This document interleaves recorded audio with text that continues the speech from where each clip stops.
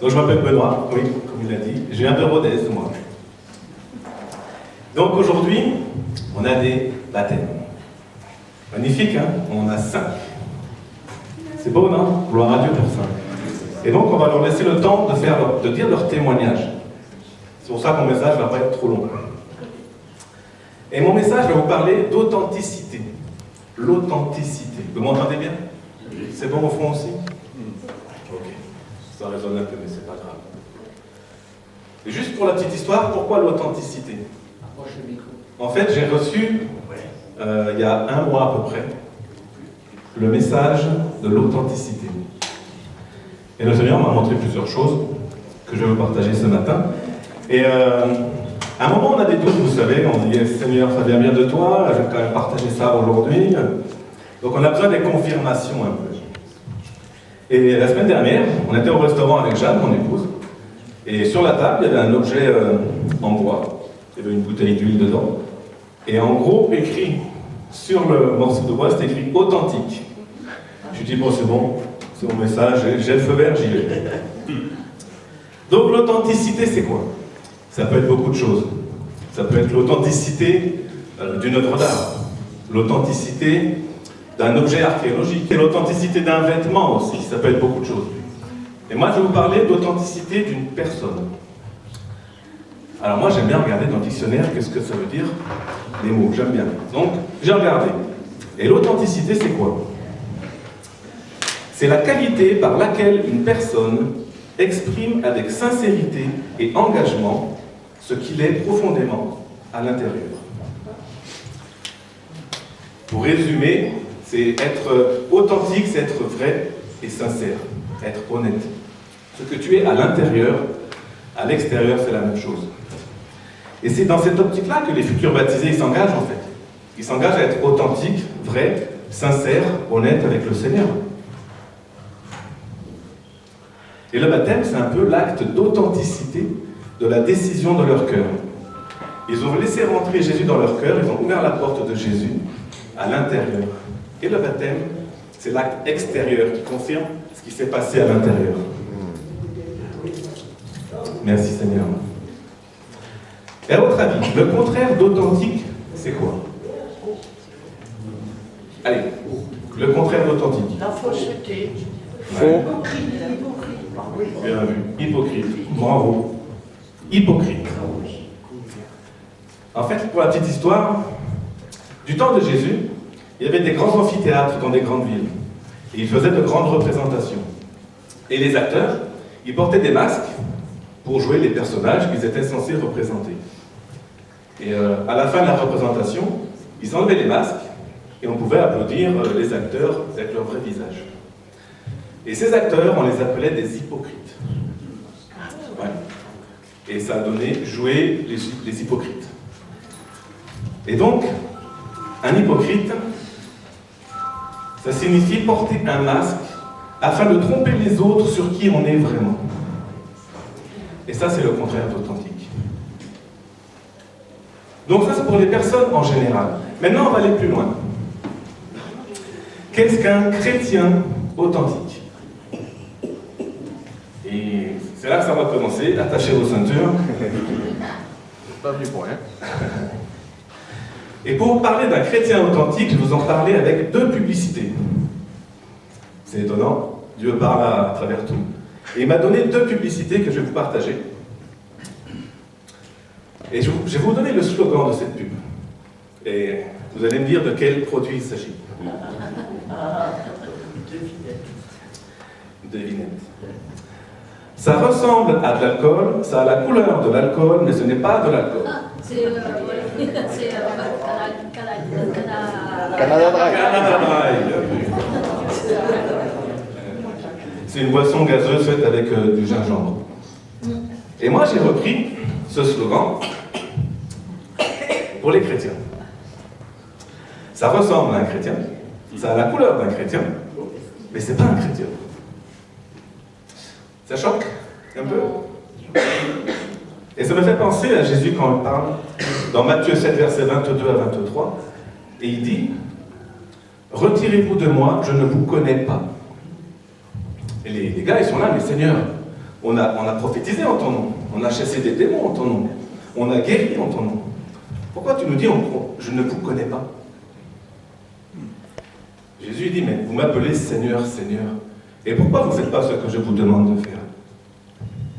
Donc, vous n'êtes pas mes disciples. Vous n'êtes pas authentiques. Vous êtes des hypocrites. Il n'y a que l'apparence du chrétien. C'est des paroles dures du Seigneur Jésus. Et ce slogan, on peut le reprendre pour beaucoup de choses en fait.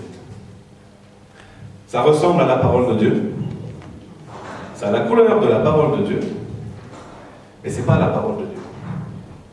Il y a certaines dénominations, soi-disant chrétiennes, qui prennent la parole de Dieu, la Bible, ils prennent ce qu'ils ont envie de prendre, ils font leur petit livre, et ils font leur religion avec le livre qu'ils ont fait. Et en plus, ils enseignent avec ça. C'est pas authentique. Ça ressemble à un prophète, ça a la couleur d'un prophète, mais c'est un faux prophète, qui libère des faux enseignements. Jésus aussi nous avertit, disait, après moi, il viendra des faux prophètes qui vont tromper beaucoup de gens. Vous connaissez ces versets? Des faux prophètes. Des faux enseignements. Il y a beaucoup de choses qui passent sur YouTube d'ailleurs. Et il y a du bon comme du moins bon. Alors vous allez me dire, comment on reconnaît le bon du pas bon? Si c'est bien, si c'est pas bien. Ben déjà, on regarde à la source. La source. C'est quoi la source de ce que tu me racontes? D'où ça vient? Qu'est-ce que dit la parole de Dieu? Qu'en pense mon pasteur? Venez nous voir si vous avez des doutes. C'est qui ce prophète? D'où il vient? Est-ce qu'il a une église? Est-ce qu'il a un passé? C'est quoi son histoire? On se renseigne. La source, c'est quoi la source? Vous savez, quand Adam il a péché, Dieu est venu le voir, il lui a dit, Adam, où es-tu, Adam? Et Adam lui a dit, j'ai eu peur, j'étais nu et je me suis caché. Et Dieu, la première chose qu'il lui dit, c'est, qui t'a dit que tu étais nu? Qui t'a dit? C'est quoi la source de ce que tu me racontes? Qui t'a dit?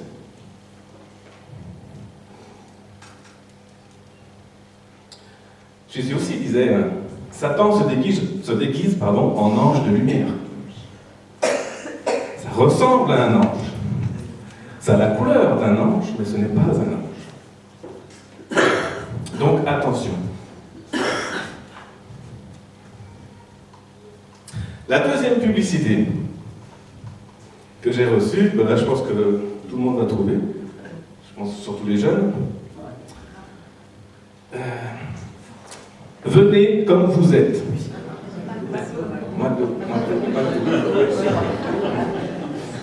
C'est le restaurant gastronomique préféré des jeunes, ça. Venez comme vous êtes. Ça, c'est pareil. Pasteur Fabrice en a parlé. Venez comme vous êtes. On vous accueille tel que vous êtes au moment où vous êtes. Dieu vous accueille tel que vous êtes. Et là, ouvrez bien vos oreilles de Mickey. Un chrétien authentique, ça ne veut pas dire un chrétien parfait. Ça n'a rien à voir. Authenticité et perfection sont deux choses totalement différentes. Et nous, souvent, on les confond. Dans notre culture évangélico-protestanto, je ne sais pas quoi, souvent on confond. Et du coup, on voit la perfection. Donc du coup, on accuse et on juge les autres. Souvent on dit, fais pas ci, fais pas ça, ne fume pas, va pas au bar, arrête de fréquenter ces personnes, mange pas ça.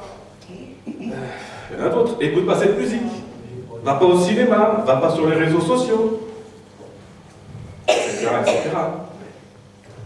Un enfant de pasteur ne fait pas ça. Et la dernière que j'ai entendue il n'y a pas longtemps, un pasteur ne doit pas mettre de short.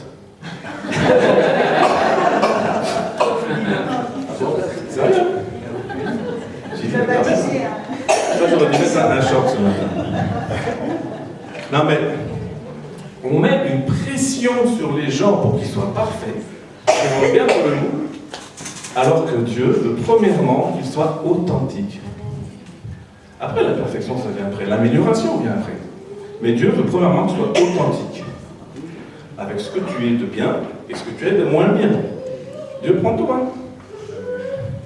Authentique. Moi, je me rappelle, quand je suis devenu chrétien, je fumais. Et après le culte, j'allais dehors, j'avais fumé ma cigarette avec les autres qui fumaient. Et un jour, j'ai eu la conviction que je devais arrêter. Donc, vouloir à Dieu, il m'a aidé à arrêter, pas eu de problème. Mais après le culte, j'allais dehors, les autres, ils fumaient toujours, et moi je me disais, mais arrêtez de fumer! C'est pas bien ce que vous faites! Tout ça parce que moi j'avais arrêté de fumer, donc tout le monde devait arrêter de fumer. Donc tout de suite on accuse. Ils ont peut-être pas prêt d'arrêter de fumer. Dieu leur a pas parlé. Ils sont authentiques. Ils vont pas aller se cacher pour... Bref. Et imaginez même des prostituées qui rentrent ici, là, ce matin. Bon, vous imaginez, hein, bon. On fait quoi? On leur dit non, vous n'êtes pas ici. C'est un lieu saint ici. Allez vous changer, c'est une honte. Allez vous changer, revenez. Non, on les accueille. Venez comme vous êtes. Dieu les accueille telles qu'elles sont au moment où elles sont. On les accueille. Elles sont là, elles entendent la parole de Dieu. Elles sont transformées, touchées par le message de Jésus. Elles deviennent pures, se marient, ont des enfants, changent de vie carrément.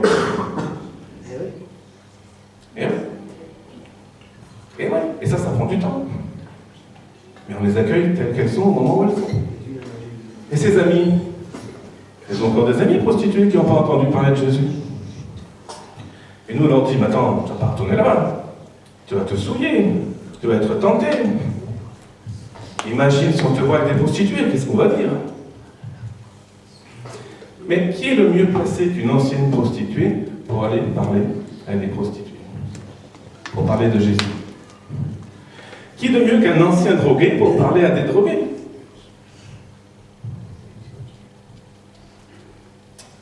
Vous savez, Jésus, c'est ce qu'il faisait. Pardonnez-moi l'expression, mais il se foutait carrément de son image de marque. Lui, il parlait avec des prostituées, il allait manger avec des collecteurs d'impôts, qui étaient des collabos, qui prenaient l'argent du peuple pour le donner aux Romains, et au passage, ils s'en prenaient plein les poches. Zachée. Jésus est rentré chez Zachée. Il a été changé, transformé. Après, l'histoire ne le dit pas, mais ça se trouve, il est allé voir ses autres copains collecteurs d'impôts pour parler de Jésus. Il disait, moi, je m'en suis sorti, vous pouvez faire pareil.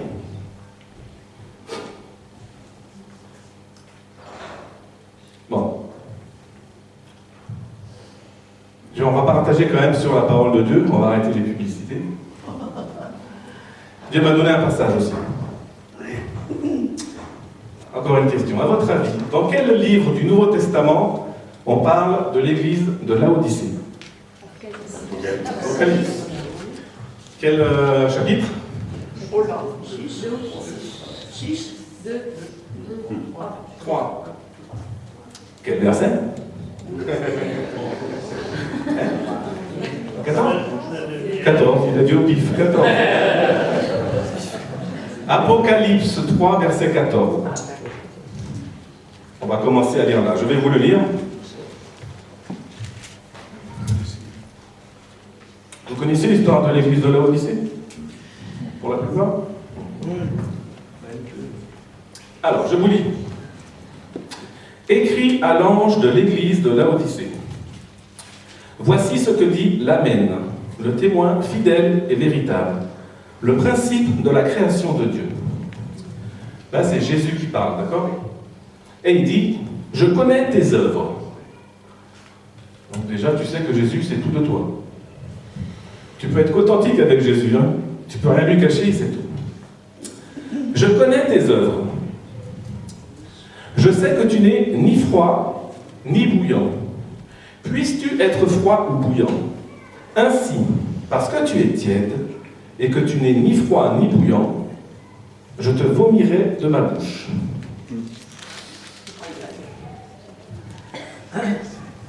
dur un peu là. Hein. Jésus parle à une église, donc il parle à des chrétiens. On est d'accord? Et moi, on m'a souvent dit, ces versets-là, c'est un reproche adressé par Jésus à cette église-là parce qu'ils ne sont pas assez bouillants pour Christ, ils ne sont pas assez zélés pour servir le Seigneur. Même on a prophétisé, c'est un peu comme l'église de Laodicée, c'était pas assez chaud quoi. Il faut être très très chaud pour le Seigneur. Alors moi, dans ma petite logique, je me disais, ok, s'il faut être chaud pour le Seigneur, je me dis que tiède, c'est déjà pas mal quoi. C'est déjà sur le chemin de la chaleur. Alors comment expliquer que Jésus préférerait que je sois froid? Donc ça colle pas quoi. Il y a un truc qui manque quoi. Et donc on va faire un peu d'histoire ce matin. Laodicée, c'est le nom de la ville, ça veut dire le peuple qui dirige, ou justice du peuple. Et le problème de cette ville, c'est qu'elle n'avait pas de source d'eau potable. Elle n'avait que des sources d'eau tièdes, stagnantes qui étaient là. Et quand les gens la buvaient, ça créait des vomissements. Il y avait deux villes à proximité de Laodicée. Il y avait Colosse, qui avait des sources d'eau froide pure, donc de l'eau potable, et Hiérapolis, avec des sources d'eau très chaudes, aux vertus médicinales. Donc ils ont fait quoi? Ils ont construit deux aqueducs. Un aqueduc de Colosse et un aqueduc de Hiérapolis. Donc il y a eu deux arrivées d'eau très différentes.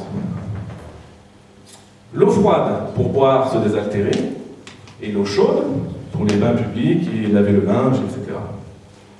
Donc l'eau chaude et l'eau froide étaient bonnes et utiles pour la ville.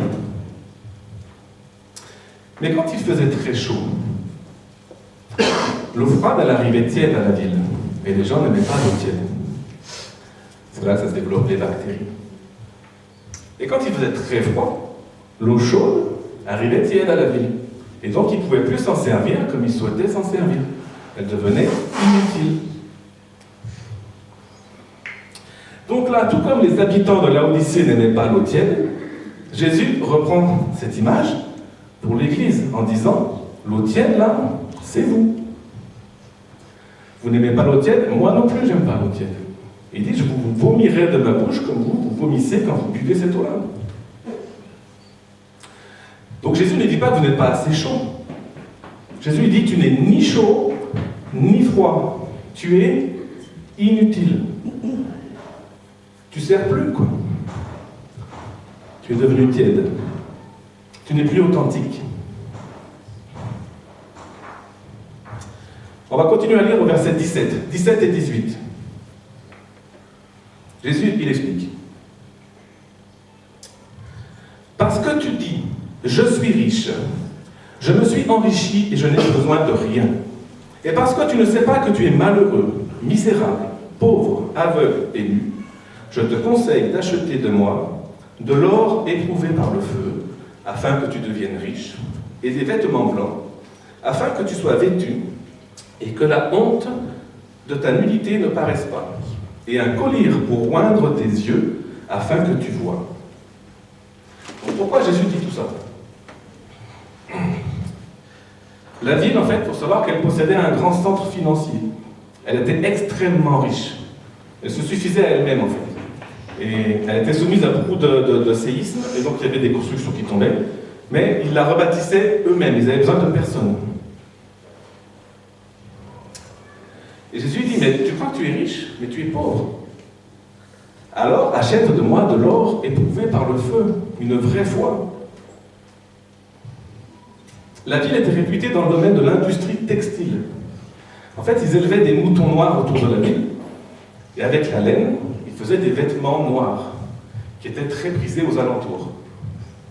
Et Jésus dit, mais tu te crois habillé, mais tu es nu. Achète chez moi des vêtements blancs, synonyme de pureté. La ville possédait une grande école de médecine, qui fabriquait des remèdes réputés pour les yeux, notamment le fameux collier de Laodicée. Et Jésus dit, mais tu crois voir, mais tu es aveugle. Achète chez moi du collier spirituel pour tes yeux, afin que tu vois. Afin que tu vois comment tu es pauvre, misérable, aveugle et nu. Donc Jésus fait le parallèle entre la réalité naturelle de la ville et la réalité spirituelle de l'église de la ville. Tout comme la ville dit « je n'ai besoin de rien, je me suffis à moi-même », cette église disait « je me suffis à moi-même, je n'ai besoin de rien ». La ville dit « je n'ai besoin d'aucune aide extérieure pour vivre ». L'église dit « je n'ai pas besoin de Jésus pour vivre ». Et là, je vais peut-être vous choquer, mais Jésus, il n'est pas dans cette église. Il n'est pas dans cette église. Il se croit chrétien, il se croit une église, mais Jésus n'y est pas. Comment je sais ça? On va lire le verset 20.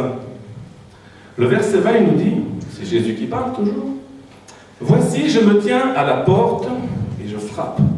Si quelqu'un entend ma voix et ouvre la porte, j'entrerai chez lui, je souperai avec lui, et lui avec moi. » Donc Jésus est dehors et il frappe à la porte du cœur de l'église de Laodicée. Toc, toc, toc.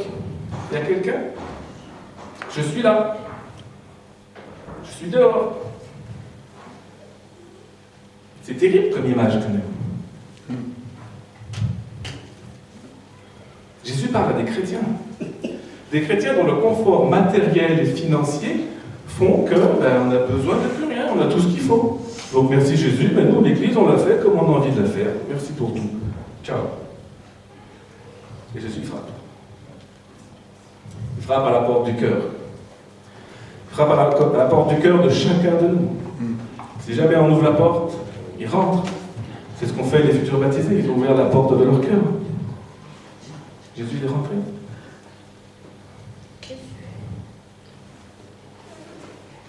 Il dit, mais si tu te repens, et si tu ouvres la porte, alors, le verset 21 nous dit, celui qui vaincra, celui qui ouvrira la porte, celui qui vaincra, je le ferai asseoir avec moi sur mon trône, comme moi j'ai vaincu et me suis assis avec mon Père sur son trône. Amen. Ça, c'est la promesse si tu ouvres le cœur, ton cœur à Jésus. Donc je vais m'arrêter là, comme ça. Mais voilà, le message central, c'est soyons authentiques. C'est soyons chauds ou soyons froids.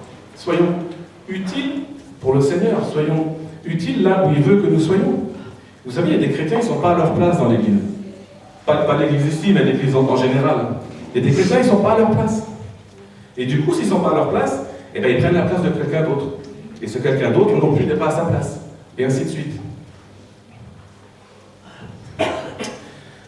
Il y en a, enfin, si tu es appelé à faire du chaud, ben fais du chaud. Si tu es appelé à faire du froid, eh ben fais du froid. Vous saisissez l'image? C'est si tu es appelé à faire du chaud et que tu fais ton travail dans le froid, eh ben tu vas faire du tiède, de l'inutile pour le Seigneur. Combien de fois on fait des choses, on croit que c'est Dieu qui nous l'a demandé de faire, et en fait c'est pas Dieu qui nous l'a demandé. On fait des choses en fait qu'on ne nous demande pas. Et du coup ça devient inutile. Donc, des chrétiens authentiques, c'est quoi ma définition? Ça serait authentique, ouais. Ça serait c'est le 100% de nous, c'est le 100% de toi, le 100% de toi. Et quand je dis 100%, c'est tes qualités comme tes défauts, tes doutes, tes peurs, comme tes qualités, comme tes dons et tes talents. C'est le tout de toi. Le toi authentique, c'est ça qu'il veut Jésus. Le 100% de toi, de ton passé, de tes douleurs, de tes peines, mais de tes joies et de tout. Le 100% de toi. Tu ouvres ton cœur, Jésus rentre, tu as le 100% de Jésus en toi. Et le 100% de toi plus le 100% de Jésus, ça ne fait pas 200%. Dans la Bible, 1 plus 1 égale 1, vous savez. Bon. Donc le 100% de toi plus le 100% de Jésus, ça fait le 100% d'un chrétien authentique. Pas parfait, ce ne sera jamais parfait, mais authentique et qui marche dans la perfection, on peut dire.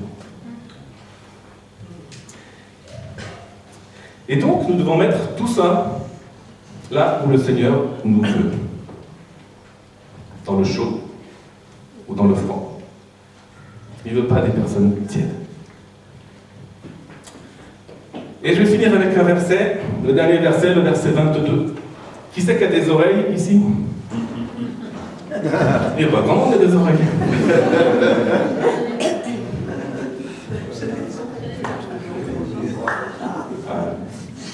Jésus dit que celui qui a des oreilles entende ce que l'Esprit dit aux églises.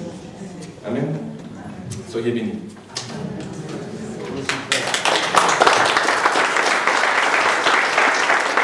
Vous voulez du vrai?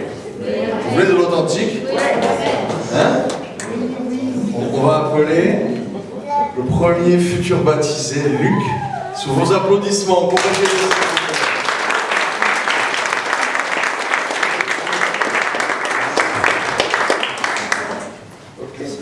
c'est cool. C'est bon? Allez. Dans le micro. Je m'appelle Luc Masson, j'ai 58 ans et je suis habitant de Millau. Ma famille était de tradition catholique.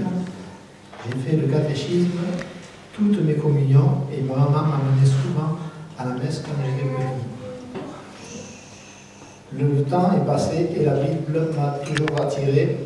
C'est Marc 1, versets 9 à 11.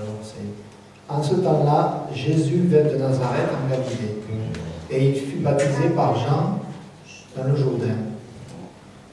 Au moment où il sortait de l'eau, les cieux s'ouvrirent, et l'Esprit descendit sur lui comme une colombe.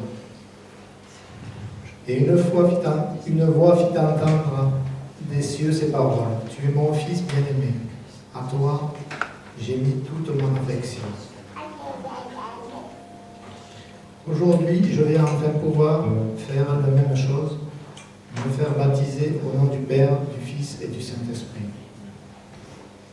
Je veux suivre l'exemple de Jésus, être pardonné de tous mes péchés et marcher à la suite dans une vie nouvelle.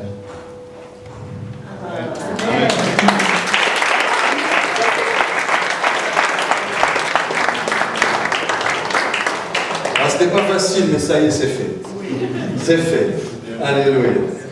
C'est pareil, s'il devait raconter tout ce qu'il a vécu dans sa vie, déjà on serait tous en train de pleurer. Et surtout, vous allez voir dans votre Bible, dans Actes 29, 30, 31, 32, 42, 624, on pourrait écrire toute la suite d'Actes, rien qu'avec ce que Luc a vécu avec le Seigneur. Alors vraiment, bravo pour ton courage, ton audace de enfin réaliser le rêve d'obéir tout simplement à la parole de Dieu en vrai. J'espère Amen. Et témoigner de toujours Jésus. Amen. Amen, tout simplement, être toi. Amen. Sois béni, s'il vous plaît, on applaudit. Bonjour à tous. Bonjour. Ce que j'ai d'abord envie de vous dire, c'est que depuis mon enfance, j'ai eu une relation avec le Seigneur. Je me souviens que j'aimais prier dans la nature où je passais beaucoup de temps, étant fils d'agriculteur. Je parlais à Dieu simplement comme à un ami. Devenu adolescent, j'ai fait partie d'un groupe de jeunes chrétiens où nous vivions des temps de réflexion et de prière.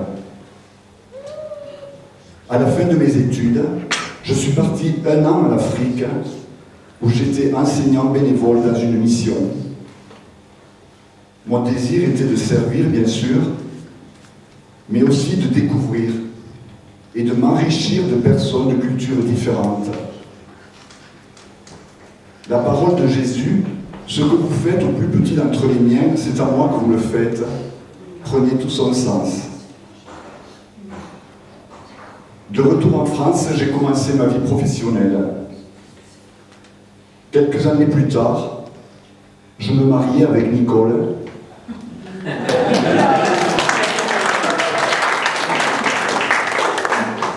Et nous avons eu 2 enfants, Émilie et Mathieu.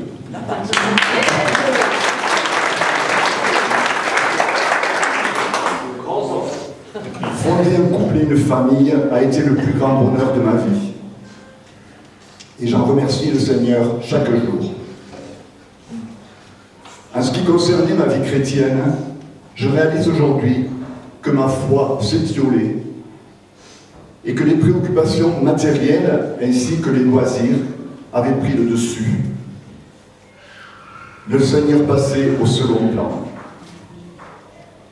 Et surtout, je me donnais facilement bonne conscience, considérant que, grosso modo, je suivais les commandements de Jésus. De plus, il s'était installé en moi une sorte de rébellion contre la religion, et je jugeais assez durement les chrétiens. Il y a quelques années, Nicole, ma femme, a cherché aussi à se rapprocher du Seigneur.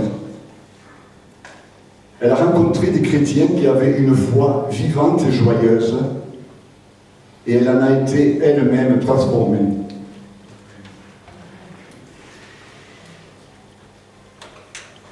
C'est par et grâce à elle que je me suis mis à cheminer petit à petit. Cette joie qui l'habitait m'a interpellé et m'a fait me rendre compte comme j'étais loin de Dieu. Alors, à mon tour, j'ai rencontré des frères et sœurs qui m'ont encouragé avec beaucoup de patience. Et j'ai commencé une réflexion et un approfondissement de ma foi en suivant le cours des disciples avec notre pasteur Fabrice. Il y a aussi une parole de notre pasteur Teferi qui m'a beaucoup interpellé. Cette parole, c'est « Je ne vous propose pas une religion, mais une relation. » J'ai pris alors davantage de temps pour prier et lire la parole de Dieu. Aujourd'hui, je réalise que ma foi était surtout intellectuelle. Je voulais comprendre avant de croire. Maintenant, je désire avoir une foi profonde envers Dieu notre Père et envers sa parole, et discerner comment mettre en pratique ce qu'il attend de moi. Je veux suivre le Seigneur et lui obéir, non plus avec ma tête, mais avec mon cœur. Avec le Seigneur Jésus, je retrouve peu à peu paix et confiance. En demandant le baptême, je veux marcher à la suite de Jésus et je désire lui ressembler et l'aimer toujours plus. Je veux vivre avec lui une vie nouvelle. Je termine avec ce verset de l'Évangile qui me touche depuis longtemps. Cherchez d'abord le royaume de Dieu et sa justice, et toute chose vous sera donnée en plus.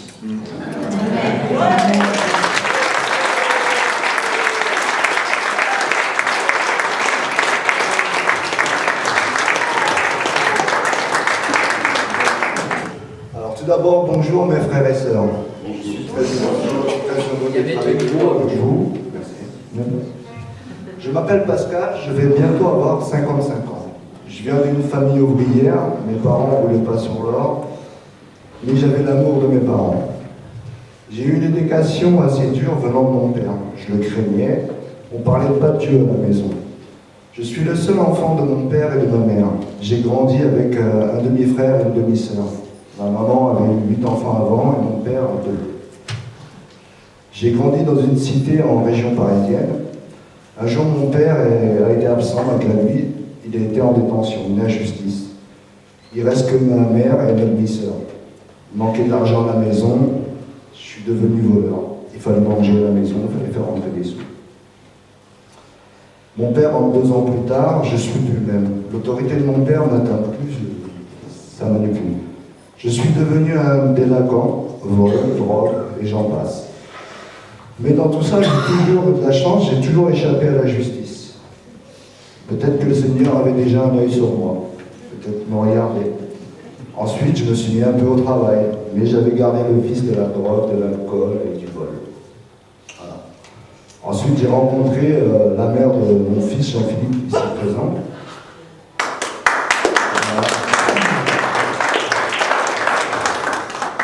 JP avait un frère aîné. Je suis resté 15 ans avec elle, mais pas par amour pour elle, par amour pour Jean-Philippe, mon fils, voilà, et son frère. C'était une femme instable, tout dans l'extrême. Parfois, c'était pas trop vivable pour moi, et l'enfant, c'était pas ça. Mon fils, je suis resté vraiment pour lui, parce que je l'aime. Voilà. Et je t'aime, je ne l'ai pas dit assez souvent, je t'aime énormément. Voilà. Alors, ma femme actuelle, qui bientôt va fêter nos 20 ans d'union, voilà.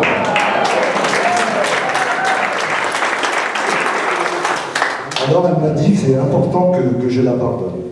Je lui ai dit que j'y arriverais pas, elle m'a fait trop de mal, j'y arriverais pas. Alors, j'ai demandé à Dieu de m'aider et de me soigner des blessures. Parce que j'avais trop de haine envers elle, en fait. Voilà. Et aujourd'hui, le Seigneur a soigné mon cœur, je l'ai pardonné. Alléluia.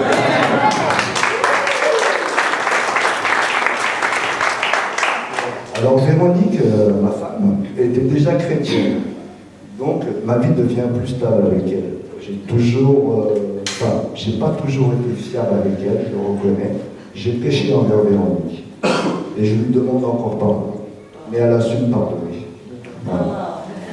Elle a toujours pris soin de moi, dans ma vie, dans mes choix, dans ma santé. Elle a toujours été là. Voilà. Et je l'en remercie encore. Merci.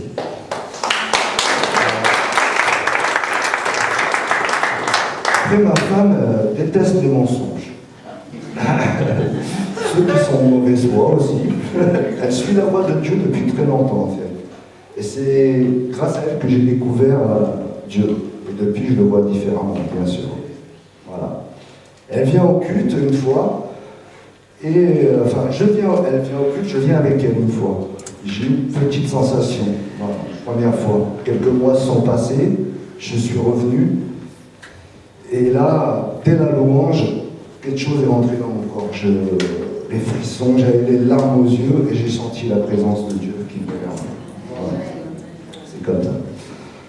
Alors je remercie encore ma femme de m'avoir emmené à la rencontre de Dieu. Et Dieu m'a montré sa puissance par la guérison de mon ami Hugo, comme je vous l'avais expliqué dans le témoignage. Il l'a guéri de son cancer. Il l'a aussi sauvé spirituellement. Il a accepté Jésus dans son cœur et demandé pardon. Et il est guéri. Alléluia.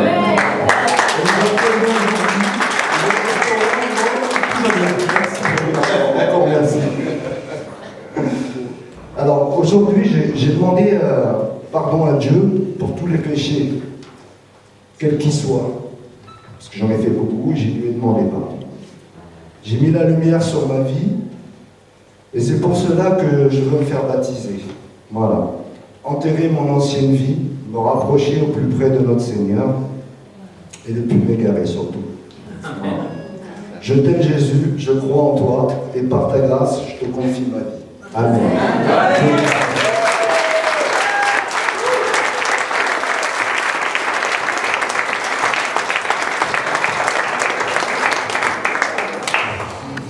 Merci. Alléluia. Alléluia. Merci. Déjà, je voudrais dire merci à tous d'être venus. Et franchement, c'est tellement bon quand on est tous réunis ensemble. Voilà, merci beaucoup. Alors, j'ai un mot tout de suite à dire à Vicky, à ma soeur Vicky, elle me fait pas pleurer. Parce que déjà, les premiers quand ils passent, c'est dur, mais nous, le fait d'avoir entendu tous ces témoignages et d'écouter, c'est dur parce qu'on pleure pour ces beaux messages. Vicky, je voudrais te remercier quand je suis arrivée à Millau. Je te regarde pas. D'avoir ouvert ta porte, tu m'as accueilli avec mes 2 enfants. Et moi, j'ai pas toujours été facile avec toi, parce que j'avais des mots durs, parce que je voulais que tu t'en sortes. Et comme tu l'as dit dans ton témoignage, tu m'écoutais pas. Mais je suis contente parce que, en fait, la seule personne qui t'a aidé, c'est Dieu. Tu l'as écouté tout de suite. Et aujourd'hui, tu es heureuse, et pardon encore d'avoir été si dur des fois dans les paroles. Je t'aime.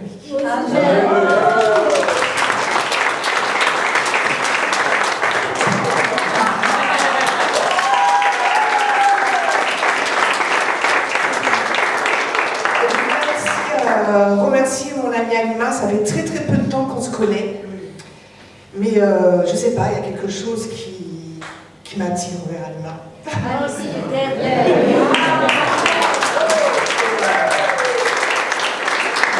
Alma est une très grande battante, une femme très courageuse, et je la remercie d'être venue à mon baptême.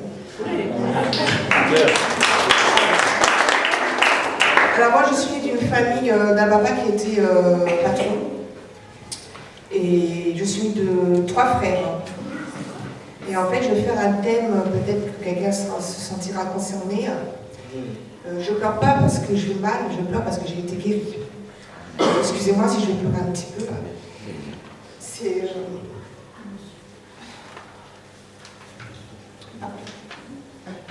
Je vais y arriver. J'ai plus le mouchoir. En fait, je suis la retour de couche. Donc, un enfant qui n'est pas désiré. Et encore moins d'une fille. C'est pas été facile. Mais bon, j'ai réussi. Aujourd'hui, moi, j'ai 2 magnifiques filles. Élodie et Vanessa, qui m'ont fait des beaux petits-enfants.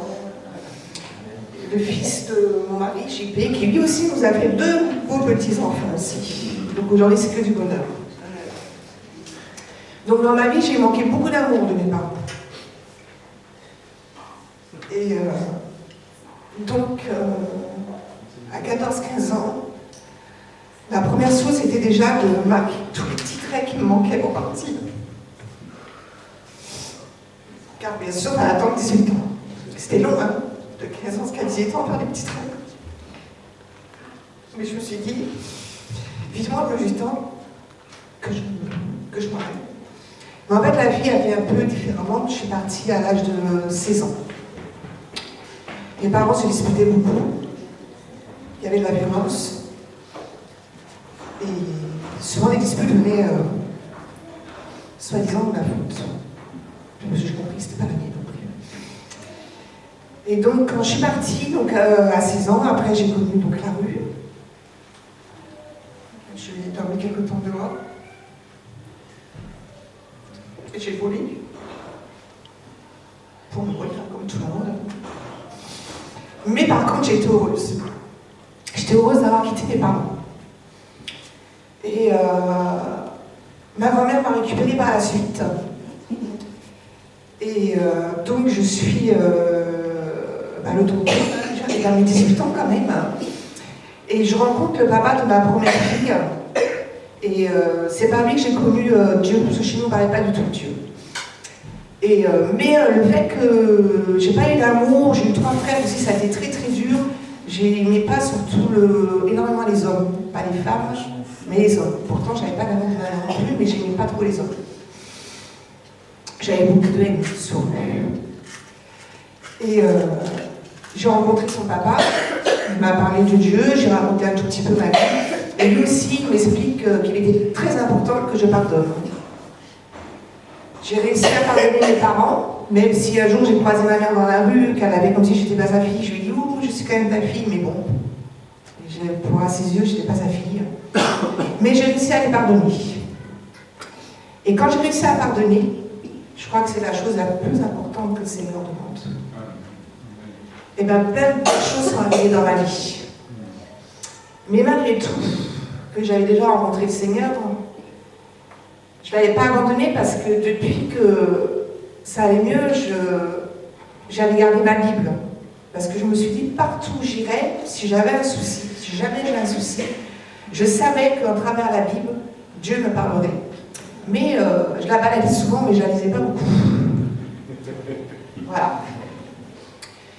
Et du coup, je me suis séparée du papa pour cause de violence. Voilà. Après, j'ai rencontré le papa de ma deuxième fille, Vanessa. Je suis contente d'avoir 2 filles parce que je voulais que des filles.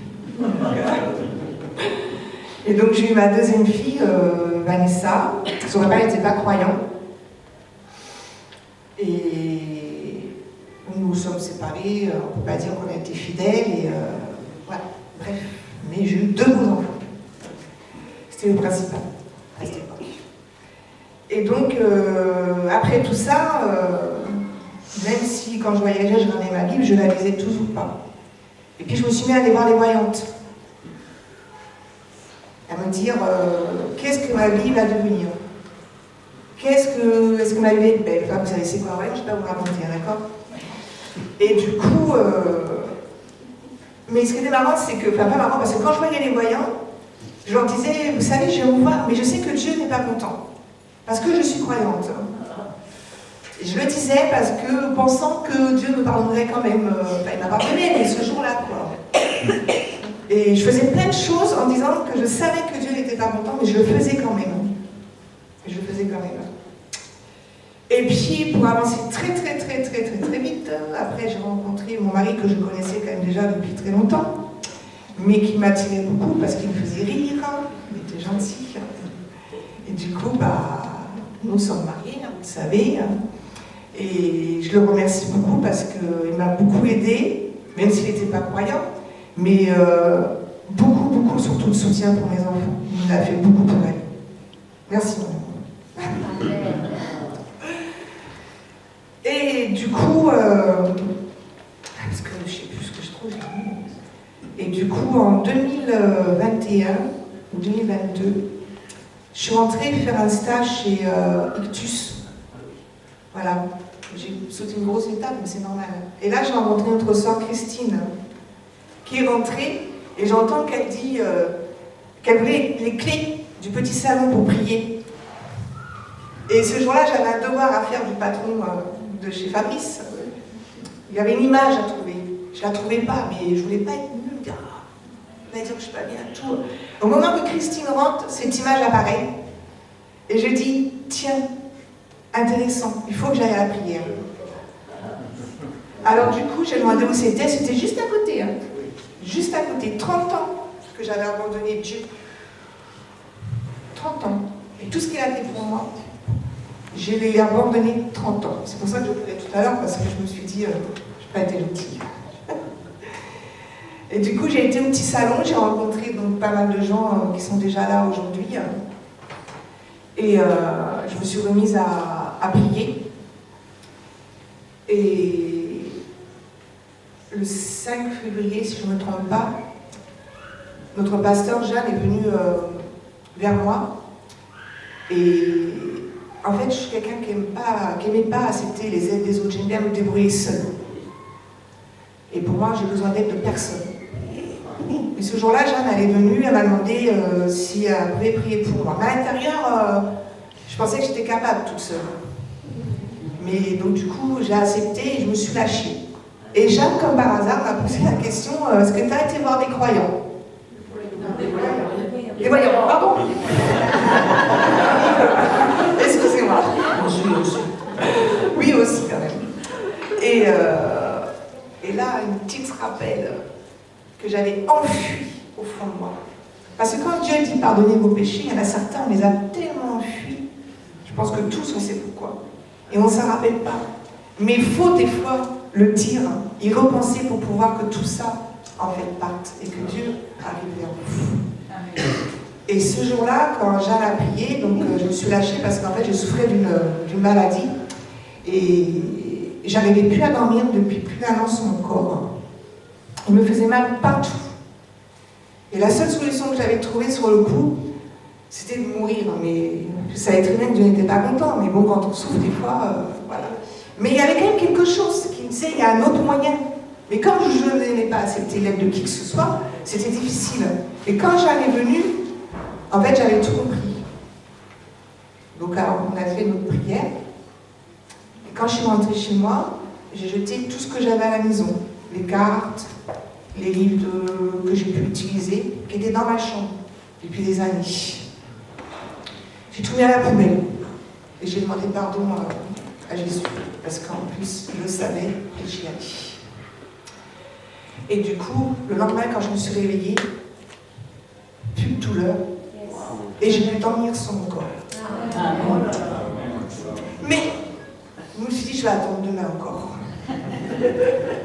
Le lendemain, je me suis réveillée encore, plus de douleur. Je savais que j'étais guérie. Mais je savais que Dieu me disait, toi, mon enfant, moi, en fait, je t'aime depuis que tu es né. Et je t'ai jamais abandonné. là, j'avais compris que j'avais un père qui m'aimait et que j'aimais énormément aussi. Et que c'était important de lire la parole de Dieu pour pouvoir avancer. Et que c'était important de dire pardon et de reconnaître tout ce qu'on a fait.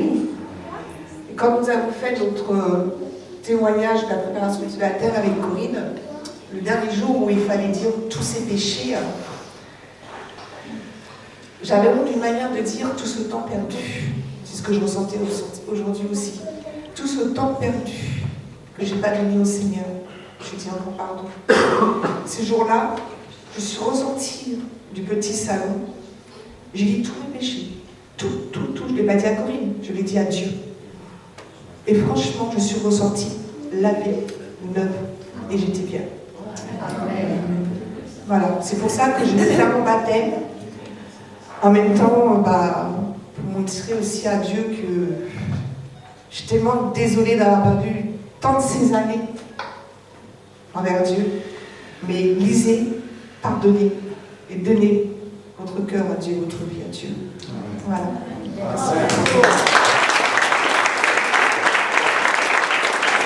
Je suis Elodie, j'ai 33 ans et du coup je suis la fille de Véro et Pascal qui ont témoigné juste avant. Je suis maman de petite Cassie et grande Léa. C'est dur de passer là après tout le monde. Nous sommes du coup parisiens. Quand je suis née avec un virus qui n'existait pas. J'ai mis 8 ans, je crois, à être guérie. Moi, je m'en souviens pas. C'est ma mère qui m'a tout raconté. Elle a vécu plein de choses. Pour ma guérison, quelques années après, c'est ma soeur. On a découvert qu'elle avait une double scoliose. Elle avait un corset de là en bas des fesses. Et le regard des gens était très, très horrible pour une petite enfant. Alors, j'ai essayé de la protéger comme je pouvais.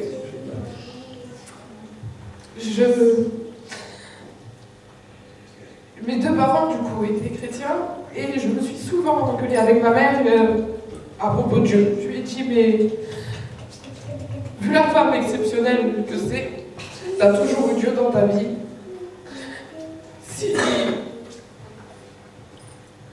Si Dieu était là, t'aurais pas vécu tout ça. J'ai grandi comme tout le monde, j'ai fait ma vie, je me suis mariée. Et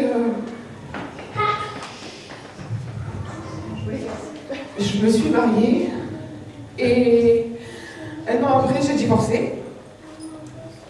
Parce qu'en fait j'ai su que tout était sur plein de mensonges. Enfin bref, je vous passe les détails. Et à la séparation, je me suis confrontée à quelqu'un qui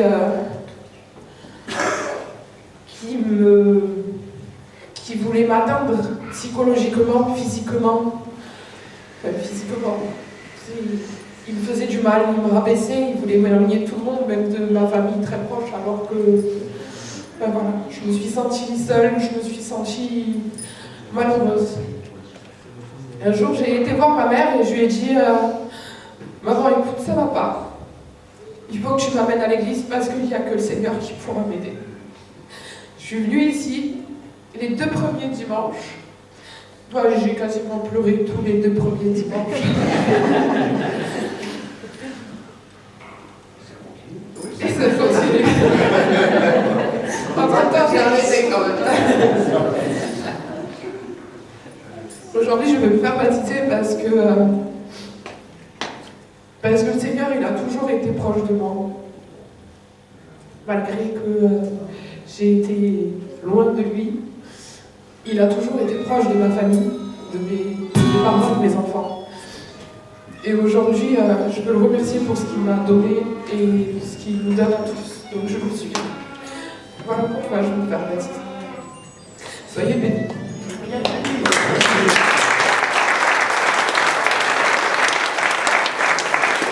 Merci Seigneur.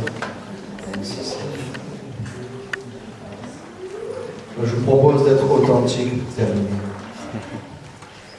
Juste on va parler à Dieu. Juste on va fermer nos yeux. Regardez pas votre voisin, votre voisine, pour savoir si quelqu'un le fait ou quelqu'un ne le fait pas, ou si quelqu'un vous voit le faire. Tu peux parler à l'intérieur de toi, tu peux parler à voix haute.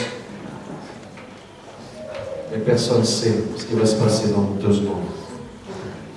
Personne ne sait ce qui va lui arriver quand il va sortir d'ici. Personne ne sait combien de temps il nous reste. Et je prie au nom de Jésus que personne ici soit privé de la grâce de Dieu. Amen.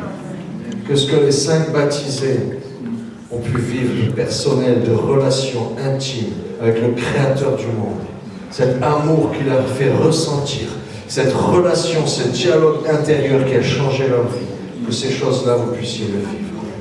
Et peut-être tu l'as déjà vécu et t'en veux plus. Peut-être tu es comme moi. Tu dis, j'ai vécu plein de choses, mais Seigneur, j'ai pas tout vécu. Et j'en veux encore. Et que tu sois chrétien, tu sois pas chrétien, que tu n'aies jamais donné ta vie à Jésus. Tu l'as déjà donné. On va lui parler maintenant. Répétez après moi. Dieu Tout-Puissant. Au nom de Jésus-Christ, ton Fils, celui dont tu as dit qu'il était mort pour moi et que tu as ressuscité d'entre les morts. Tu as été capable de ressusciter Jésus d'entre les morts. Tu as été capable de toucher profondément les gens qui ont témoigné aujourd'hui.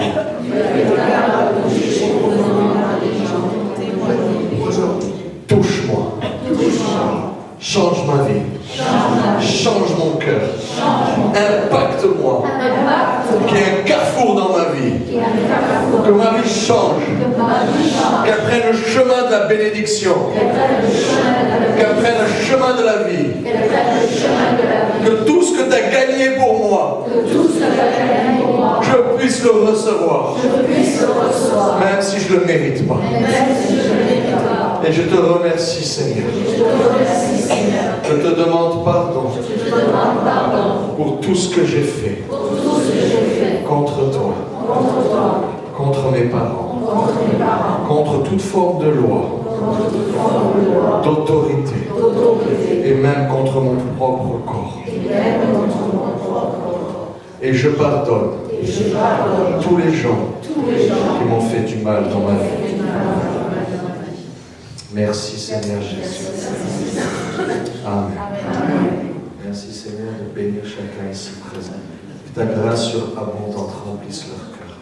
Que personne soit privé de la grâce. Personne soit privé de ce que tu as payé à la croix pour eux. Que ta grâce surabonde au nom de Jésus.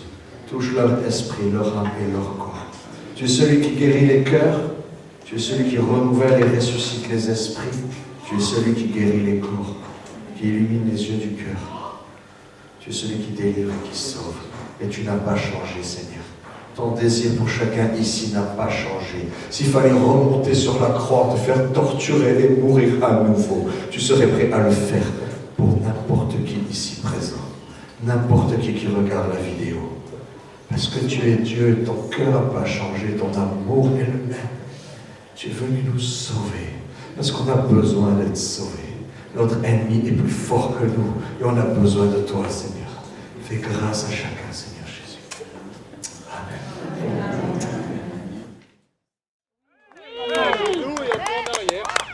Luc, est-ce que tu crois que Jésus-Christ est le Fils de Dieu? Oui. Est-ce que tu crois qu'il est mort pour toi à la croix pour tes péchés? Oui. Est-ce que tu crois que Dieu l'a ressuscité d'entre les morts? Oui. Est-ce que tu crois que c'est lui qui règne assis sur le trône de Dieu? Oui. Est-ce que tu lui donnes ta vie? Oui. Est-ce que tu veux le suivre? Oui. Tu es prêt à abandonner ton ancienne vie? Oui. Marcher avec Jésus? Oui. Alléluia. Sur la confession de ta bouche, au nom du Père, bouche-toi le nez si tu veux. Au nom du Père, du Fils et du Saint-Esprit, hop, maintenant. Bravo!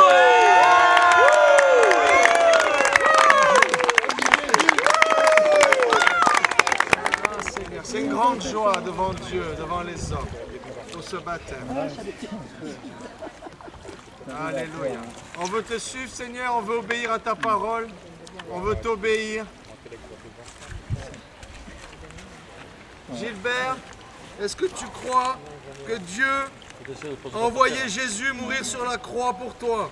Oui. Est-ce que tu crois que Jésus est vraiment le Fils de Dieu? Oui. Est-ce qu'il est vraiment mort et enseveli pour toi? Oui. Est-ce que Dieu l'a ressuscité des morts? Oui. Est-ce qu'il a été souverainement élevé à la droite de Dieu? Oui. Est-ce que tu veux le suivre? Oui. Lui donner ta vie? Oui. Abandonner ton ancienne vie? Oui. Marcher avec lui? Oui. À fond? À fond. Être bouillant?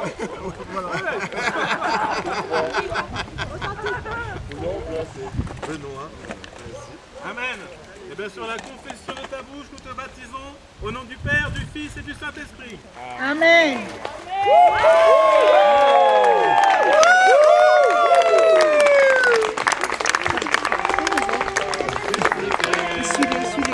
Ressuscité, ressuscité, ressuscité, ressuscité, ressuscité.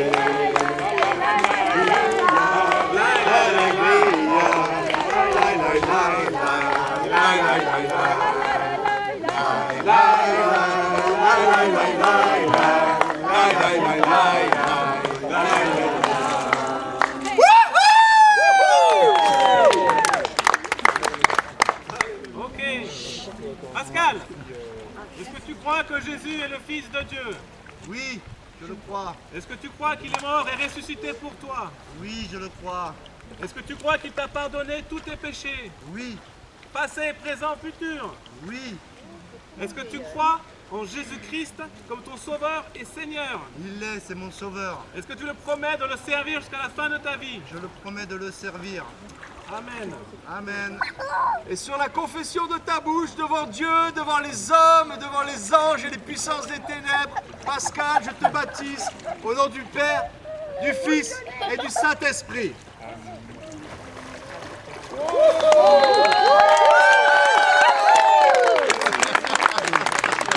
Véro, est-ce que tu crois que Jésus t'a pardonné tes péchés?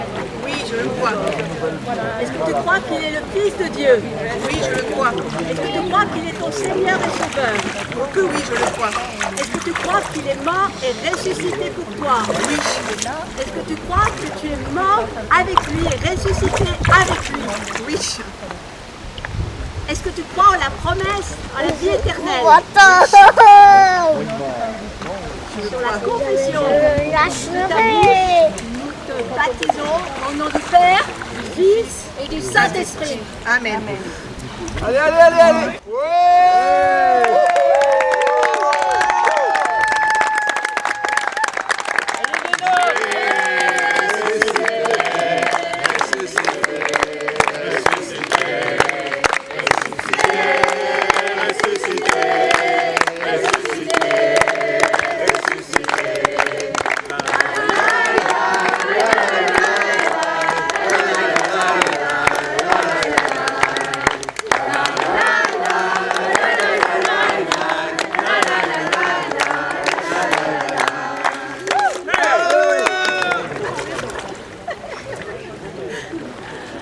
Élodie, est-ce que tu crois que Jésus est mort pour toi? Oui, Est-ce que tu crois qu'il est le Fils de Dieu? oui, Est-ce que tu crois qu'il a été envoyé que pour toi, pour te sauver? oui, Est-ce que tu crois qu'il t'a lavé de tout péché? oui, Est-ce que tu fais Jésus ton Seigneur? oui, Est-ce que tu fais de lui ton maître? oui, Est-ce que tu vas le suivre? Je vais le suivre. Est-ce que tu fais de sa mission ta mission? Oui. Amen. Est-ce que tu crois que tu es un miracle? Oui. Alléluia. Yes. Sous la confession de ta bouche, nous te baptisons au nom du Père, du Fils et du Saint-Esprit. Ouais.